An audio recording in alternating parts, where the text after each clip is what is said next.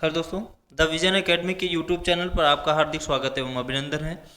देखिए, हम सबसे पहले ये आपको यहाँ पर पेपर के बारे में बताना चाहते हैं कि 2019 28 जनवरी 2019 को पेपर जो कराया गया था यूपी पुलिस का, उसमें किस तरीके से मैथ के प्रश्न पूछे गए थे। देखिए, हम लगातार आपको प्रैक्टिस भी करवाते रहेंगे और हर एक चैप्टर के बारे में एक एक चैप्टर करके करवाते भी रहेंगे, ताकि आपको पता चलता रहे कि किस टाइप का क्वेश्चन आता है, किस तरीके का प्रश्न बनता है। देखिए, सबसे पहले बात करते हैं इसमें मैथ में जो सवाल आया है, सवाल नंबर 39 की बात करते हैं। सवाल नंबर 39। देखिए, यहाँ पर सवाल नंबर 39 क्या कह रहा है, ए बी से आधा कुशल है, जो सी से 3 गुना कुशल है, वे तीनों मिलकर एक काम कितने दिनों में पूरा कर सकेंगे यदि बी अकेले यह काम 6 दिनों में पूरा कर सकता है। देखिए भैया, कह रहा है कि जो बी है वो टोटल काम 6 दिनों में पूरा कर सकता है, लेकिन अगर तीनों मिल करके काम करेंगे तो कितने दिन में पूरा होगा। तो देखिए, ध्यान से सुनिए। अगर यहाँ से बात करते हैं तो हम सबसे पहले क्या निकालेंगे, ए बी और सी की कार्य क्षमता निकालेंगे। क्या निकालेंगे, ए बी और सी की कार्य क्षमता का अनुपात निकालेंगे। यहाँ पर कह रहा है कि ध्यान सुनिए, सी से 3 गुना कौन है मेरे भाई, सी से 3 गुना कौन है, बी। अगर ए यहाँ पर सी 1 है तो बी कितना होगा, 3 गुना। और कह रहा है कि बी से ए कितना है, आधा गुना। तो बी अगर 3 है तो यहाँ पर आधा गुना कितना हो जाएगा, 3/2। तो इसे हल करेंगे तो कितना आ जाएगा, 3, और इसका इसमें भी गुणा होगा, इसमें भी गुणा होगा, तो 3 दूनी कितना हो जाएगा, 6, यहाँ पर आ जाएगा 2। ठीक है, तो यहाँ से बात को समझिएगा। तो अब बात करते हैं यहाँ से कि टोटल वर्क हो कितना रहा है। तो देखिए, बी जो है वो 6 काम कर रहा है, और यहाँ पर तो कितना हो जाएगा, टोटल वर्क कितना हो जाएगा, 36 हो जाएगा। टोटल वर्क कितना हो जाएगा मेरे भाई, 36 हो जाएगा। और टोटल अगर तीनों मिल करके अगर हम बात करते हैं, टोटल तीनों मिल करके कितना काम कर रहे हैं, तो 6 3 9 2 11 काम कर रहे हैं, 11 कर रहे हैं। अगर इसे डिवाइड करेंगे तो कितना आएगा, 3.27 आ जाएगा। ठीक है, चलिए अगला प्रश्न हम लोग देखते हैं। अगला प्रश्न क्या कराया गया है इसमें, देखिएगा अगला प्रश्न क्या आया था। चलिए देखिएगा अगला प्रश्न क्या है, ध्यान से सुनिए। चलिए, तो इस प्रश्न को हम बेसिक से भी कर सकते हैं, और यहाँ पर अगर बात करते हैं तो देखिए, यहाँ पे कह रहा है कि यक्स ने 8 घंटे में 75 किलोमीटर की दूरी तय की। उन्होंने आंशिक रूप से पैदल 5 किलोमीटर प्रति घंटा की गति से और आंशिक रूप से साइकिल पर 12 किलोमीटर प्रति घंटा की गति से यात्रा की। यक्स द्वारा पैदल तय की गई दूरी ज्ञात करें। देखिए, अगर हम बात करें तो इसे एलिगेशन से भी कर सकते हैं आराम से, इसमें कोई समस्या है नहीं, लेकिन एलिगेशन से आराम से कर पाएंगे। तो देखिए, 75 किलोमीटर टोटल चलता है कितने घंटे में, 8 घंटे में। तो इसकी टोटल चाल कितनी हो जाएगी, 75/8 किलोमीटर प्रति घंटा। और ये जो है साइकिल से चलता है 12 किलोमीटर प्रति घंटा से, और पैदल चलता है 5 किलोमीटर प्रति घंटा से। अगर इसे टोटल हम हल करेंगे तो यहाँ पर देखिएगा, इसमें क्या करेंगे, 5 - 75/8 करेंगे तो कितना आ जाएगा, 8 पंचे 40, और 40 में 75 माइनस करेंगे कितना आ जाएगा, 35 बटा कितना आ जाएगा भाई, 8 आ जाएगा। 35 बटा कितना हो जाएगा, 8। अगर इससे करेंगे तो 12 × 8 = 96, 96 में 75 घटाएंगे कितना आ जाएगा, 21/8 आ जाएगा। इसका रेशियो निकाल लीजिएगा। जब रेशियो निकालेंगे तो 8 से 8 तक डिवाइड हो ही जाता है। यहाँ पर आएगा 7 × 21, और यहाँ पर 7 × 5 = 35 आ जाएगा। तो यहाँ पर अगर दूरी का अनुपात हम निकालेंगे तो कितना आ जाएगा, 5:3 आ जाएगा। तो 5 की वैल्यू जो हो जाएगी मेरे भाई, यहाँ से कितनी है, टोटल 75 है। तो यहाँ पर टोटल पैदल कितना चल रहा है, 15 किलोमीटर ये कवर कर रहा है, 15 किलोमीटर दूरी ये कवर कर रहा है पैदल चल करके। ठीक है, बात समझ में आई। चलिए अगला प्रश्न देख लेते हैं। अगला प्रश्न देखिएगा, यहाँ से अगले प्रश्न की बात करते हैं।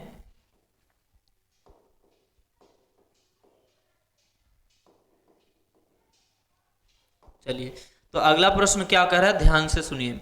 अगला प्रश्न कह रहा है 10 सेंटीमीटर त्रिज्या, चलिए अगला प्रश्न यहाँ पे कह रहा है कि 10 सेंटीमीटर त्रिज्या का एक गोला पिघलाया जाता है। 10 सेंटीमीटर त्रिज्या का एक गोला है जो पिघलाया जाता है। 10 सेंटीमीटर त्रिज्या का गोला पिघलाया जाता है और 10 सेंटीमीटर ऊंचाई वाला शंकु बनाया जाता है। शंकु का व्यास ज्ञात कीजिए। तो सबसे पहले अगर हम यहाँ से फार्मूले की बात करते हैं तो गोले का जो फार्मूला होता है मेरे भाई, गोले का फार्मूला कितना होता है? गोले का फार्मूला होता है कितना? 4/3 पाई आर क्यूब। ठीक है, 4/3 पाई आर क्यूब। और जो यहाँ पर शंकु का जो आयतन है वो 1/3 पाई आर स्क्वायर एच होता है। इस तरीके से लगा देंगे तो 3 से 3 कैंसिल हो जाएगा, पाई से पाई कैंसिल हो जाएगा। अब देखिएगा यहाँ पर बचेगा 4r क्यूब। यहाँ पर r का मतलब 10 का क्यूब दिया है तो 10 का क्यूब हो जाएगा, मतलब 1000 हो जाएगा, बराबर। यहाँ पर कितना बचेगा? r square. r स्क्वायर की वैल्यू तो हमको मालूम नहीं है, यानी शंकु की त्रिज्या नहीं पता है, तो r स्क्वायर इंटू शंकु की ऊंचाई कितना है? 10 सेंटीमीटर। तो 10 से ये डिवाइड हो जाएगा, 10 से डिवाइड हो जाएगा तो कितना आ जाएगा? यहाँ पर 400। और 400 का वर्गमूल कितना आ जाएगा भाई? 20 आ जाएगा, 20 आ जाएगा, 20। तो यहाँ पर त्रिज्या ना पूछ करके शंकु का व्यास पूछ रहा है, तो व्यास कितना हो जाता है? 2 गुना हो जाता है। कितना हो जाता है? 2 गुना। तो यहाँ पर आ जाएगा 40 सेंटीमीटर। 40 सेंटीमीटर बिल्कुल आपका एकदम सही उत्तर हो जाएगा। चलिए, समझ में आ रहा है? हाँ, एक बार सभी लोग कमेंट करके बताएंगे कि क्या इसमें पूरी तरीके से चीज़ें समझ में आ रही हैं। ठीक है, चलिए अब ध्यान से सुनिए अगला प्रश्न क्या कह रहा है। अगले प्रश्न की बात करते हैं। अगला प्रश्न देखिएगा, देखिए अगला प्रश्न क्या कह रहा है। चलिए, ये भी प्रश्न बहुत ही आसान प्रश्न है। हालांकि अब तक देखा गया जो पुलिस में मैथ का देखा गया तो मैथ के प्रश्न आसान ही आते हैं। हालांकि यहाँ पर देखिए प्रश्न की बात करते हैं। एक शीट में 3 से शुरू होने वाले लगातार 5 पूर्णांक होते हैं। यदि सेट में से सबसे बड़ा पूर्णांक हटा दिया जाए तो उस सेट के औसत में कितने प्रतिशत की कमी होती है? चलिए, ये भी बहुत बेहतरीन प्रश्न है। चलिए, कह रहा है कि 3 से शुरू होने वाले 5 लगातार अंक हैं। तो 3 से शुरू होने वाले 5 लगातार अंक, तो पहला 3 हो जाएगा, दूसरा 4 हो जाएगा, अगला 5, फिर आ जाएगा 6, फिर आ जाएगा 7। ठीक है, 5 लगातार पूर्णांक है। उसके बाद कह रहा है कि 5 लगातार पूर्णांक होते हैं। यदि सेट में से सबसे बड़ा अंक हटा दिया जाए तो उस सेट के औसत में कितने प्रतिशत की कमी आएगी? ठीक है, तो अब देखिए जब भी एवरेज निकालते हैं, औसत निकालते हैं, अगर अल्टरनेट नंबर होता है तो हमें यहाँ पर देखिए, तो यहाँ पर 2 अंक पीछे से छोड़ दीजिए, 2 अंक आगे छोड़ दीजिए, बीच वाला जो होगा भाई औसत का बात, अगर औसत की बात करते हैं तो मध्य वाली वैल्यू होती है, यहाँ से 5 आ जाएगा। अब लास्ट में क्या कर रहा है? लास्ट में क्या कर रहा है? कह रहा है कि उसमें से सबसे बड़ा नंबर हटा दिया जाता है, मतलब 7 को हटा दिया गया, तब जा करके दोनों के औसत में डिफरेंस क्या आएगा। अब औसत कितना हो जाएगा भैया? अब तो 4 नंबर हो गए। अब इनका औसत निकालने के लिए मध्य वाली संख्या को जोड़ करके हम आधा कर देते हैं। तो 4 5 9 और 9 का आधा कितना हो जाएगा? 5.5 हो जाएगा, 5.5 आ जाएगा, 5.5 आ जाएगा। तो पहले औसत 5 था, अब 5.5 हो गया है। तो कितना परसेंट की कमी आएगी बच्चों? कितना आएगी? 0.5 बटा, देखिए दोनों का अंतर निकालेंगे, 0.5 बटा 5 आएगा, इंटू 100 करेंगे तो कितना परसेंट आ जाएगा? 10%। देखिए दोनों को माइनस करिएगा तो कितना आएगा? 0.5 बटा 5 गुणित 100। यही तो करेंगे भाई, दोनों का अंतर निकालेंगे तो इतना ही तो आएगा। तो यहाँ से 5 से डिवाइड कर लीजिए तो कितना आ जाएगा? 10%। कितना आ जाएगा? 10%, बिल्कुल राइट आंसर हो जाएगा। चलिए यहाँ पर हम लोग देखते हैं अगला प्रश्न। ठीक है, चलिए बीच बीच में प्रैक्टिस करते रहेंगे तो ज़्यादा बेहतर होगा। ठीक है, ताकि आपको यहाँ पे पता चलता रहे। कह रहा है निम्नलिखित में से कौन सा न्यूनतम 2 पूर्णांकों का योग है जिसका गुणनफल 64 है? अगर 64 के फैक्टर की बात करेंगे, 64 के गुणनफल की बात करेंगे तो कितना आएगा? अगर यहाँ से इसके फैक्टर की बात करेंगे तो 2 के पदों में करना चाहिए, क्योंकि कह रहा है न्यूनतम पूर्णांक 2 है। तो 2 दूनी 4 दूनी 8 दूनी 16 दूना 32 दूना कितना आ जाएगा? 64। अब इनको टोटल जोड़ लीजिए तो कितना हो जाएगा? 2 2 4 2 6 2 8, यहाँ पर कितना आ जाएगा, देखिए 2 दूनी 4, दूनी 8, दूनी 16, दूना 32, दूना 64। अगर यहाँ से करेंगे तो टोटल ऐड कर लीजिए, 2 2 4 2 6 2 8 2 10 2 12, तो इसका बिल्कुल राइट आंसर कितना हो जाएगा, 12। ठीक है, 12 आंसर हो जाएगा। हालांकि जिन्होंने ये पेपर दिया था वो उन्होंने ये आंसर इसमें दिया है, ये आंसर सही नहीं है, उनका गलत हो गया होगा। अब देखिए तो यहाँ पर देखिए अगला प्रश्न क्या कह रहा है वह छोटी से छोटी संख्या ज्ञात करें, वह छोटी से छोटी संख्या ज्ञात करें जिसके द्वारा 1200 को एक पूर्ण वर्ग बनाने के लिए गुणा किया जाना चाहिए। अब 1200 को पूर्ण वर्ग बनाने के लिए क्या 1200 एक पूर्ण वर्ग संख्या है? तो देखिए चेक कर लीजिए, 1200 को हम 12 गुणित 100 लिख दे रहे हैं, तो 12 को मैं क्या लिख दे रहा हूँ, 2 दूनी 4 तिहाई 12 ऐसे लिख दिया मैंने, और 100 को मैंने 10 × 10 कर दिया। तो ये देखिए ये तो पूर्ण नंबर है, पूर्ण वर्ग संख्या है, ये भी पूर्ण वर्ग है, लेकिन क्या 3 पूर्ण वर्ग है? इसमें एक 3 का और गुणा करेंगे तब जाकर के पूर्ण वर्ग बनेगा, अर्थात यहाँ पर राइट आंसर आपका कितना हो जाएगा, 3 हो जाएगा बच्चों। कितना हो जाएगा, 3 हो जाएगा। चलिए अगला प्रश्न देखते हैं, अगला प्रश्न क्या कह रहा है, अगला प्रश्न क्या कह रहा है, देखिए कह रहा है कि यहाँ से थोड़ा सा और नीचे कर लेते हैं। हाँ देखिए कह रहा है, इसको ऐसे समझिएगा, ये जो करनी दिया है वो दिया है √3, फिर √27, 73, 64 इस तरीके से करके दिया है। तो देखिए लास्ट वाले का सबसे पहले क्या करेंगे, देखिए प्रश्न को अगर हम बताएं तो इस तरीके से लिखा गया है √3 प्लस √27 प्लस √73 प्लस कितना 64। ठीक है मेरे भाई, इस तरीके से दिया गया है। 64 का वर्गमूल कितना हो जाएगा, 8 हो जाएगा। 73 में 8 जोड़िएगा तो कितना हो जाएगा, ठीक है 73 में 8 जोड़िएगा तो कितना हो जाएगा 81। 81 का वर्गमूल कितना हो जाएगा 9। 27 में 9 जोड़िएगा तो 36 आ जाएगा। 36 का वर्गमूल कितना हो जाएगा 6। और 6 में अगर 3 जोड़ेंगे तो 9, और 9 का वर्गमूल कितना आएगा 3। तो यहाँ पर राइट आंसर कितना हो जाएगा 3। बिल्कुल समझ में आया, इस तरीके से कर लेंगे। हालांकि ये प्रश्न बहुत ओल्ड हो चुका है, बहुत पुराना है, बहुत दिनों से ये प्रश्न पूछा जाता है। चलिए अगले पेज में देखिएगा, अगला यहाँ से किस तरीके से प्रश्न पूछा गया, अगले पेज का प्रश्न देखेगा। ठीक है, अब भाई देखिए, अब यहाँ पे कह रहा है x/y = 4/5 = 7x + 6y = 29 है, तो y का मान कितना होगा।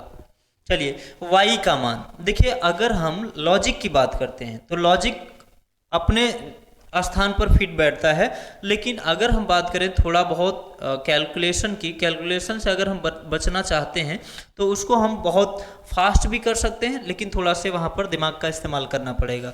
अब देखिए y का मान पूछ रहा है भाई, किसका मान पूछ रहा है, y का। जब y का मान पूछ रहा है तो y का मान मेरे पास है कितना 5।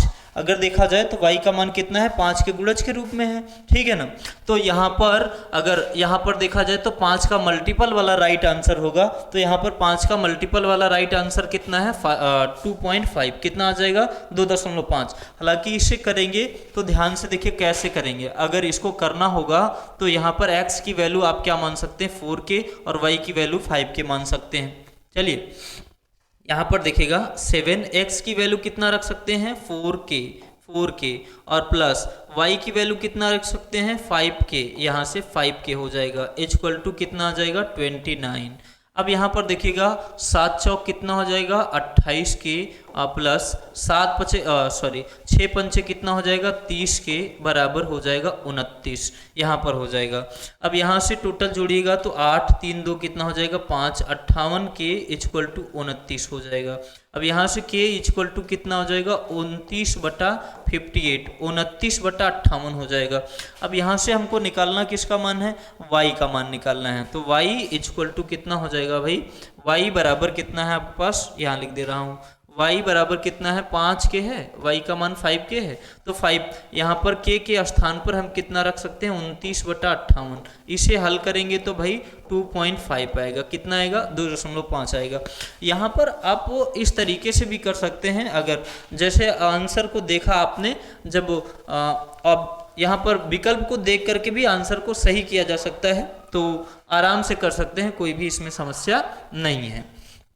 चलिए तो देखिए हमें हर तरीके से कंपटीशन में अगर हम बैठ रहे हैं तो कंपटीशन के तरीके से भी हमें हर चीज़ें समझना पड़ेगा। हम किस तरीके से समय को अरेंज करें, कितना टाइम हमको देना चाहिए एक प्रश्न में, वो चीज़ें भी मायने रखती हैं। चलिए अगला प्रश्न देखिए, यहाँ से अगला प्रश्न क्या कह रहा है। चलिए अगला प्रश्न क्या कह रहा है, ध्यान से सुनिएगा। चलिए तो यहाँ पर अगर हम बात करते हैं, चलिए प्रश्न क्या कह रहा है 48, यहाँ पर देखिएगा प्रश्न नंबर 48 क्या कर रहा है, 4:9 के अनुपात में ए और बी के बीच 39 कैंडियां वितरित की जानी हैं, तो बी को ए से कितना अधिक कैंडी मिलेगी। देखिए इस प्रश्न को किस तरीके से आप कर सकते हैं, आराम से देखिएगा। कह रहा है, ध्यान से सुनिए। चलिए कह रहा है कि 4:9 के अनुपात में 4:9 के अनुपात में ए और बी के बीच 39 कैंडियां वितरित की जानी हैं, तो बी को ए से कितनी अधिक कैंडी मिलती है। देखिए यहाँ पर अगर बात करें तो 4:9 का रेशियो दिया गया है, ठीक है, 4:9 4:9 के रूप में दिया गया है। तो कह रहा है ए और बी के बीच में इनको वितरित करना है, ठीक है। तो कह रहा है इनके बीच का गैप कितना है, कितने का अंतर है। तो ध्यान से सुनिए, हालांकि टोटल हम निकाल भी सकते हैं। तो 9 और 4 का टोटल योग कितना होगा, 13। 13 की वैल्यू दिया है भैया कितना, 39 दिया है। तो 13 तिया कितना हो जाएगा, 39। 3 मल्टीपल दिया है, यहाँ पर 3 गुना दिया हुआ है, ठीक है। 13 तिया कितना हो जाएगा, 39 हो जाएगा। तो यहाँ पर पूछ रहा है कितने का, एक सेकेंड,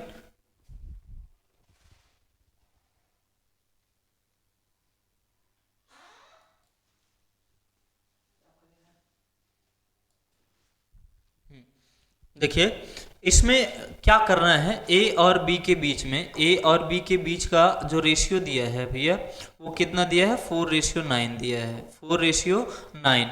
अब देखिए इसे कर सकते हैं, तो 9 4 कितना होगा, 13, और 13 की वैल्यू किसके बराबर दिया है, 39 के बराबर दिया है। तो कितने गुना दिया है, 3 गुना दिया है। अब इसमें पूछ रहा है कितने का अंतर होगा, ठीक है ना। तो यहाँ पर देखिए 4 और 9 के बीच में कितने का अंतर है, 5 का। तो 5 का अंतर करेंगे तो 5 तिहाई कितना आ जाएगा, 15, ठीक है, 5 तिहाई 15। अगर ये 3 गुना है तो ये भी 3 गुना होगा। हालांकि ऐसे भी आप जा सकते थे, देखिए इनके बीच का 4 और 9 के बीच का गैप है कितना, 4 और 9 के बीच का अंतर कितना है भाई, 4 और 9 के बीच का अंतर कितना है, 5। तो 5 जो गुणज वाला होगा, इतना गुणा भाग करना था ही नहीं, है ना। तो 5 के गुणज वाला ही आंसर बिल्कुल सही होगा। तो 5 के गुणज का आंसर कौन है, केवल 15 है। तो 15 ही सही हो जाएगा। चलिए अगला प्रश्न देखते हैं हम लोग, अगला क्वेश्चन क्या कह रहा है, ध्यान से सुनिए। यहाँ पर अगले क्वेश्चन की बात करते हैं। तो अगला प्रश्न देखिए, कह रहा है कि 10% और 30% के दो लगातार चिन्हित करने पर के बाद 20% की छूट पर एक वस्तु 2288 रुपये में बेची गई, वस्तु की लागत मूल्य क्या है। चलिए तो इस प्रश्न को किस तरीके से करेंगे, ध्यान से सुनिए। अगर मान लीजिए कि आपके पास लागत मूल्य कितना है, x रुपया, तो 10% और 30% दो लगातार चिन्हित करने पर 10% की वैल्यू जो होगी वो कितनी होगी, 1/10। 10% की वैल्यू कितनी होती है, 1/10। तो कितना हो जाएगा, 11/10 हो जाएगा। कितना हो जाएगा, 11/10। और यहाँ से कितना हो जाएगा, 30% की वैल्यू भैया कितनी होती है, 3/10। 3/10 जो होगा वो कितना हो जाएगा, 13/10 हो जाएगा। और इसमें 20% की छूट दी जा रही है। तो 20% की जब छूट दी जा रही है तो 20% की जो फ्रैक्शन वैल्यू होगी 1/5 होगी। तो इसमें कितने का गुणा कर देंगे, 4/5। टोटल 5 था तो 5 में 1 की छूट दे दी गई, तो कितनी बचेगी, 4 बचेगी। तो यहाँ पर हो जाएगा बराबर कितना, टोटल 2288 रुपया, 2288 रुपया। अब इसे आप क्या कर सकते हैं, आराम से हल कर सकते हैं। चलिए तो यहाँ से अगर बात करेंगे तो 11 से हल कर दीजिए इसको, 11 दूना 22, ठीक है ना, 0, 11 8 28, सॉरी 11 8 88 हो जाएगा। यहाँ से 4 से डिवाइड कर लीजिए, 4 पंचे 20, 4 दूनी 8 हो जाएगा, ठीक है। चलिए तो यहाँ पर आ जाएगा, अगर 13 से भाग करेंगे तो 13 चौका कितना हो जाएगा 52, तो 5 चौक कितना हो जाएगा 20, 5 चौक 20 अर्थात 2000 यहाँ पर बिल्कुल राइट आंसर होगा। ठीक है, बिल्कुल सही उत्तर आपका कितना हो जाएगा 2000। चलिए अगला प्रश्न देख लेते हैं। अगला प्रश्न देखिए यहाँ से क्या कर रहा है, कह रहा है कपड़े का एक टुकड़ा 600 रुपये में खरीदा गया, सिलाई शुल्क के रूप में 40 रुपये देने के बाद 12.5% लाभ पाने के लिए इसे किस कीमत पर बेचना चाहिए, किस कीमत पर बेचा जाना चाहिए। तो 600 रुपये में तो खरीदा जा रहा है और 40 रुपये सिलाई के लिए दिया गया, तो टोटल इसका जो मूल्य हो गया वो कितना हो गया 640 रुपया। बात समझ रहे हैं कि नहीं? ठीक है, और 12.5% लाभ पर इसे किस दाम पर बेचना चाहिए। 12.5% की जो फ्रैक्शन वैल्यू होती है भैया वो कितनी होती है 1/8। ठीक है, अगर टोटल 8 है तो इसमें 1 रुपये का लाभ लिया जा रहा है, तो 8 से कितना हो जाएगा 9 हो जाएगा। तो 8 की जो वैल्यू दी गई है यानी क्रय मूल्य इसका कितना है 640, तो कितने गुना ज़्यादा है 80 गुना, तो ये 9 का भी 80 गुना आंसर होगा। 9 का 80 गुना मतलब 8 9 72। यहाँ से आप जा सकते थे कि 9 का गुणज कौन है, तो 9 का गुणज कितना है 720। ठीक है, चलिए अगला प्रश्न देख लेते हैं हम लोग। यहाँ पर देखिएगा अगला क्वेश्चन देखिए 51। यहाँ से प्रश्न क्या कह रहा है, एक वस्तु 2500 रुपये में खरीदी गई और दुकानदार इसके अंकित मूल्य पर 12% की छूट की अनुमति देता है और फिर भी 10% का लाभ कमाता है, तो वस्तु का अंकित मूल्य कितना होगा। देखिए यहाँ पर अगर एमपी और सीपी की बात करते हैं, एमपी बटा सीपी, तो यहाँ पर क्या होता है 100 प्लस माइनस प्रॉफिट बटा 100 प्लस माइनस क्या होता है डिस्काउंट। तो यहाँ पर इस तरीके से एमपी और सीपी का रेशियो आप निकाल सकते हैं। तो एमपी का जो रेशियो होगा वो कितना हो जाएगा, ध्यान सुनिएगा, 12% की छूट देता है, 12% की छूट देता है। ठीक है, अंकित मूल्य पर 12% की छूट देता है, तो यहाँ से कितना हो जाएगा 88 और 10% का लाभ कमाता है, मतलब कितना हो जाएगा 11। ठीक है, हाँ, तो यहाँ से इतना हो जाएगा, तो डिवाइड करिएगा, तो 11 8 88 कितना हो जाएगा 1 अनुपाते कितना आ जाएगा 8 आ जाएगा। ठीक है, या ऐसे भी कर सकते हैं 88, यहाँ से कितना हो जाएगा 88 और जब 10 करेंगे तो यहाँ से कितना आ जाएगा आपका 110 आ जाएगा। ठीक है, तो अब कह रहा है कि वस्तु का अंकित मूल्य कितना होगा। ध्यान से सुनिए, जब टोटल यहाँ से बात करते हैं, ठीक है, टोटल यहाँ से बात करेंगे कि इसकी यहाँ पर 12% की छूट दी जाती है और यहाँ पर 10% का लाभ लेता है, 10% का लाभ लेता है। तो देखिए 12% छूट का मतलब कितना हो जाएगा 88 और कितना हो जाएगा यहाँ से 11 बोले तो 110 लाभ हो जाएगा। ठीक है, 110 का, तो यहाँ से आप कर सकते हैं, तो डिवाइड करिएगा तो कितना आ जाएगा 11 8 88 और बटा कितना हो जाएगा 10, तो 2 चौका 8 2 पंचे 10। तो यहाँ पर जो रेशियो बनेगा भाई वो कितना बनेगा 5:4 बनेगा, 5:4।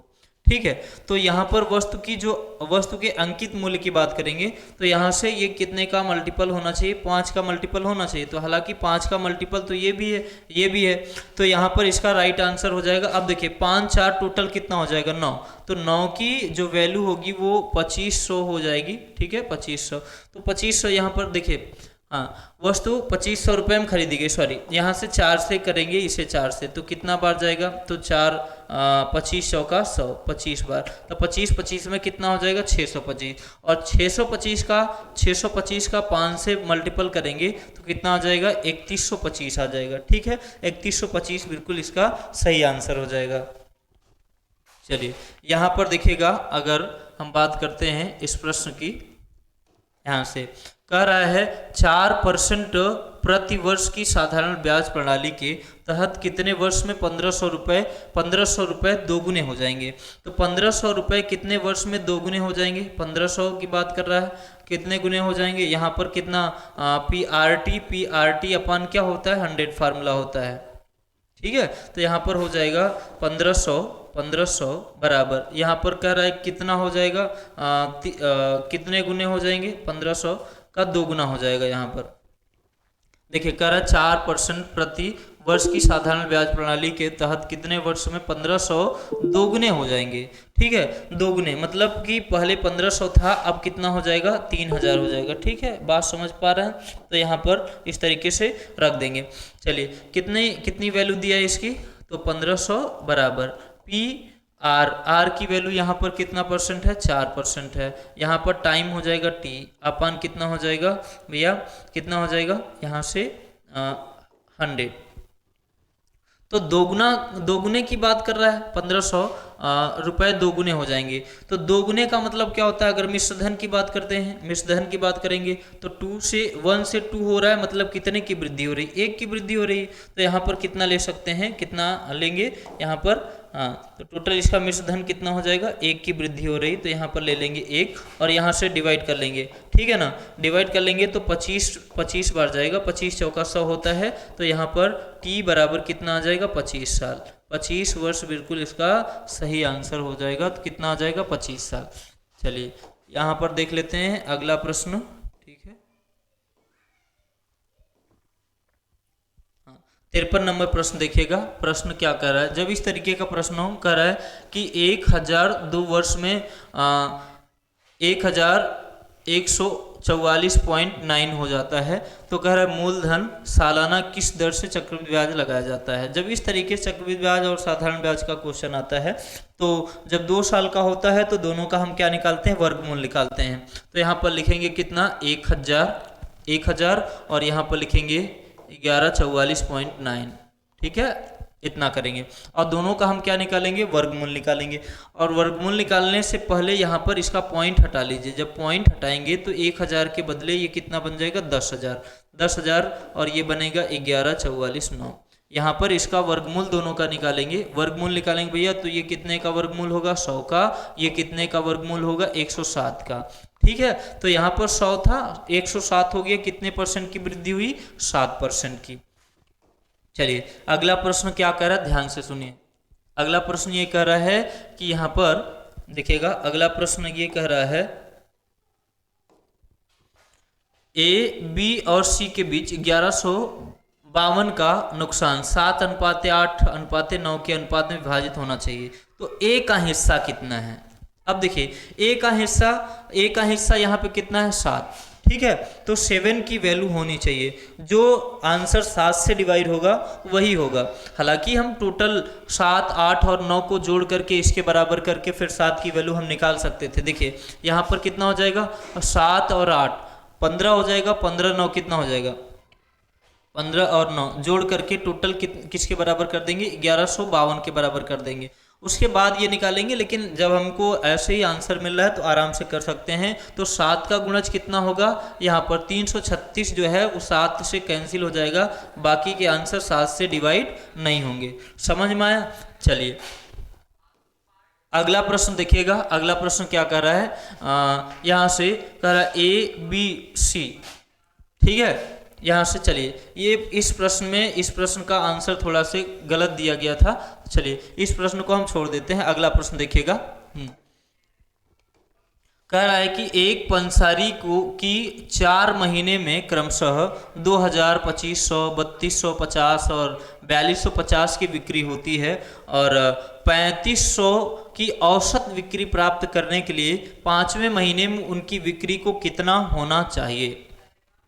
अब देखिए अगर टोटल हम इनको जोड़ते हैं, देखिए पहले 2000 हो रहा है, फिर 2500, फिर 3250, फिर 4250। तो यहाँ पर टोटल जोड़ लीजिए, 2000 ये और 2000 ये, 2 2 4 4 3 7 7 4 11, 11000 ये हो गया, 11000 हो गया। यहाँ से 500 और 2.5 500, तो 1000 हो जाएगा। टोटल आ गया कितना, 12000। टोटल 12000 आ गया। और कह रहा है कि 3500 की औसत बिक्री प्राप्त करने के लिए, औसत, ठीक है, तो टोटल औसत निकालने के लिए 1 2 3 4, ठीक है, तो 3500 का कितना हो जाएगा, 12500। ठीक है, यहाँ पर कितना हो जाएगा, सॉरी यहाँ से देखिएगा इस तरीके से कर लीजिए। औसत निकालने के लिए आप क्या कर सकते हैं, जब औसत निकालेंगे तो यहाँ पर कितना आ जाएगा, 3500 तो ही है। 3500 कितने लोग